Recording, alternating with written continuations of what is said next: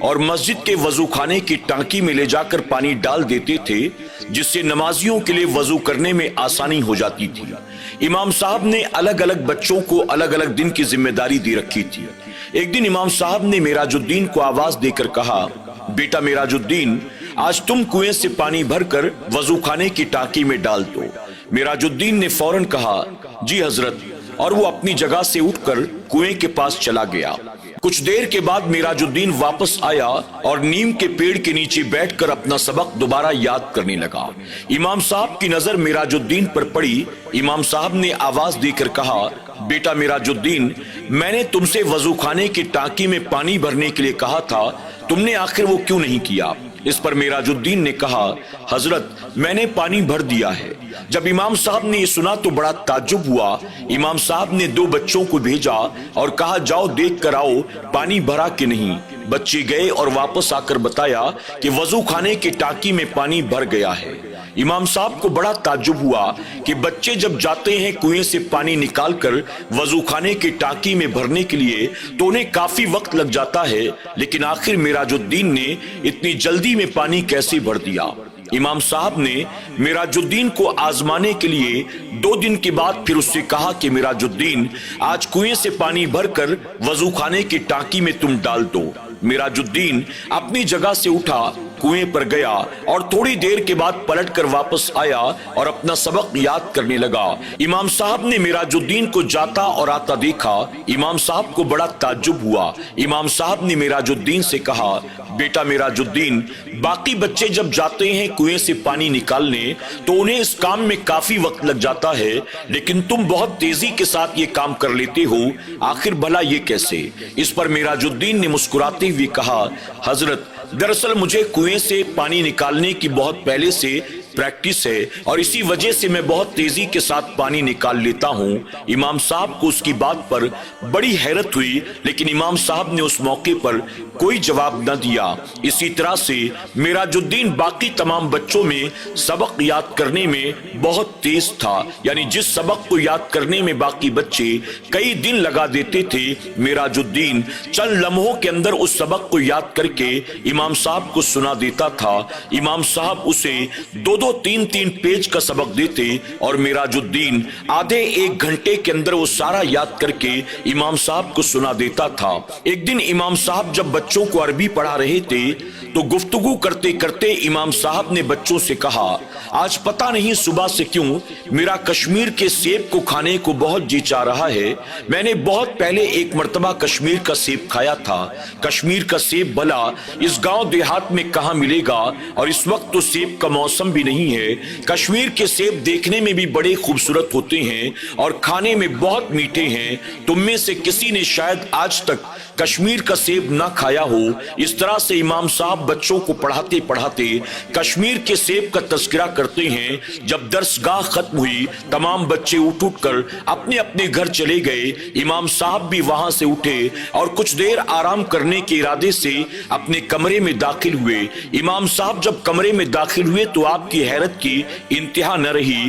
امام صاحب نے دیکھا آپ کے بستر کے اوپر کشمیر کے سیب رکھے ہوئے تھے۔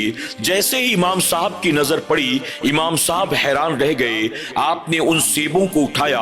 اٹھانے کے بعد سوچنے لگے، ہم تو باہر صحن میں بیٹھے بچوں کو عربی پڑھا رہے تھے، کوئی آنے جانے والا تو نظر ہی نہیں آیا، پھر آخر میرے کمرے میں یہ سیب کہاں سے آ گئے؟ کچھ دیر امام صاحب سوچتے رہے۔ اس کے بعد جو باہری بچے تھے جو مسجد میں رہا کرتے تھے، امام صاحب نے ان بچوں کے پاس جا کر کہا، کیا تم نے دیکھا کوئی مہمان آیا تھا؟ بچوں نے جواب دیا، حضرت، ہم نے صبح سے کسی کو آتا جاتا نہیں دیکھا۔